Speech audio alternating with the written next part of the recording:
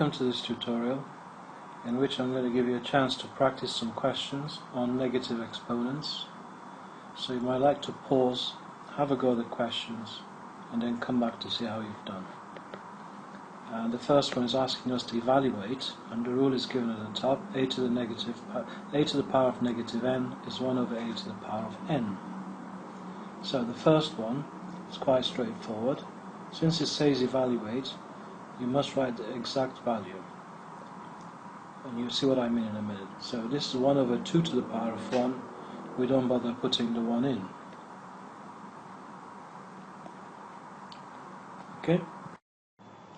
Okay, the second one again should be quite straightforward. It's just 1 over 6 squared, but you're asked to evaluate, so you need to work out what 6 squared is. 6 times 6 is 36. Be careful not to do 6 times 2.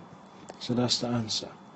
This next one is also again should be straightforward. It's 1 over 7 squared, and 7 times 7 is 49. Part D, it's 1 over 3 cubed, which is 1 over 3 times 3 is 9, times 3 is 27, so it's 1 over 27. This one here, part E, it's 1 over 10 cubed, and 10 times 10 times 10 is not 30, be careful, it's 1,000, and if you want to write a decimal form, it would be 0.001 if you want to. This next one is 1 over 0.5 to the power of 1, so we don't bother writing the 1 in. And of course, there are different ways to get the answer to this without a calculator, remember. If you multiply the numerator by 2, you get 2. The denominator by 2, 2 lots of a half is 1, so the answer is 2. Or you might say, I'd like to multiply the numerator by 10, and the denominator by 10. 10 times 0.5, 10 lots of a half is 5, so the answer is also 2. I personally like to think of it as, how many halves are there in 1? Because that's what the question is, and the answer is 2. Okay?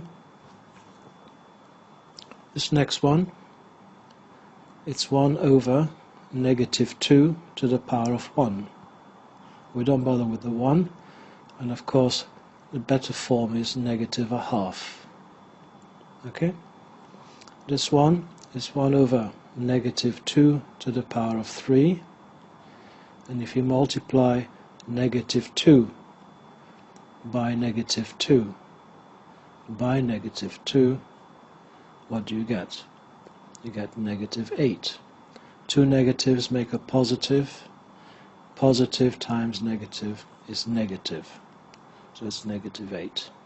And a neater form for this is negative 1 over 8. This next one, the power is even. It's 1 over negative 2 to the power of 4.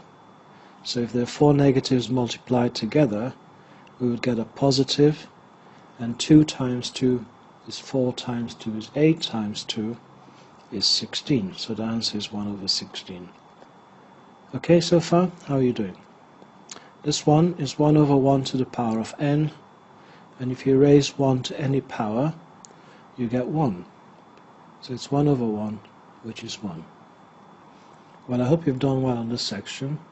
The next one, number 2, again, if you'd like to pause and come back and see how they've done, you're asked to simplify each one. The first one is straightforward. It's 1 over x squared, using the rule at the top. This one is 1 over x to the power of p. Okay? This next one, you have to be careful. There's no bracket around the 2x, so it's actually 2 times x to the negative 3. And the same as 2 over 1 times 1 over x cubed. Okay?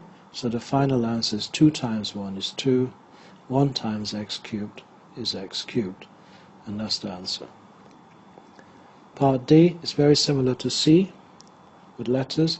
It's a times x to the negative n, which is a over 1 times 1 over x to the power of n. A times 1 is a, 1 times x to the power of n is x to the power of n. So if I had 3x to the negative 1, the power of this 3 is 1. So the rule doesn't apply to it. It only applies to x to the negative 1. So it's basically 3 over x.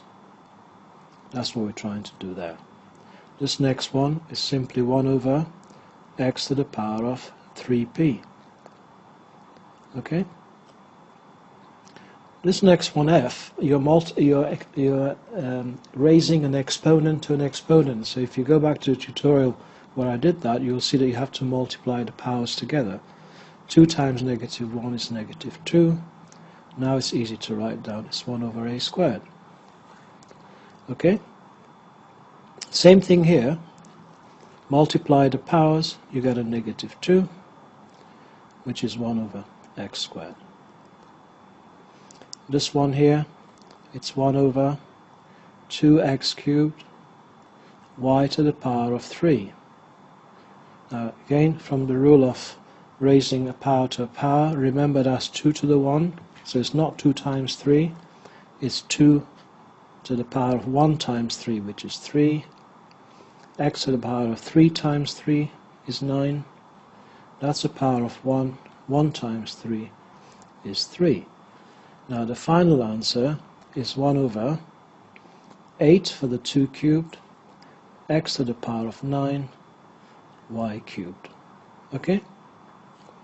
Coming back to this one, you might be thinking, can I write it as 1 over x all squared? Well, the answer is yes, you can. It's 1 over x times 1 over x. 1 times 1 is 1. X times x is x squared, so it still works. How do you get on this one? It's a bit more challenging. Well, I hope you've done well. Next one, number 3, you're asked to find the unknown exponent, the letter. Well, it's not difficult to see from the rule that n is 5, because 2 to the negative 5 is 1 over 2 to the 5. So the answer they want is n equals to 5. Okay? This next one, is it obvious that n is negative 4? Well, of course it is, because 3 to the negative 4 is 1 over 3 to the 4. So n must equal negative 4. Okay? Number 4, just a slight variation, multiple choice.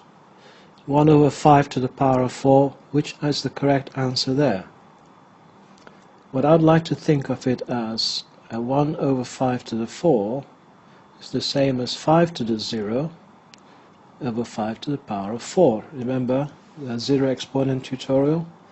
And if you subtract the powers, 0 take away 4 is negative 4. Which one of these is the correct answer? It is C. Okay? Or you might say, I could have a look at all of these and see which one fits. Well, this is the one that fits. The next one, again, if I write, instead of the 1 here, if I put 5 to the 0, divided by 5 to the negative 4, I'll get 5 to the 0, take away negative 4. And those two negatives will make a positive.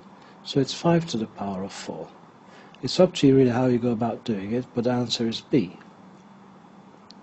Okay? I've got one last quick question to show you. And here it is. It says if A is not 0 and Y is not 0, why is A to the negative 2, Y to the negative 2 always positive? Well, if you want to pause, you might want to pause and have a go at that, and then come back and see how it's done. Well, it's quite straightforward really, because A squared is 1, A to the negative 2 is 1 over A squared, times Y to the negative 2 is 1 over Y squared. And you can see, if we simplify that, it's A squared, 1 over A squared Y squared. Now, if A is not 0, A squared is always positive, and that's how we write it, greater than 0. And if Y is not 0, Y squared is always greater than 0. Okay? So therefore, a squared y squared is always greater than 0 if you multiply them together, and 1 over that is always positive. That's all we have time for. I hope you found it useful. Until the next one, take care.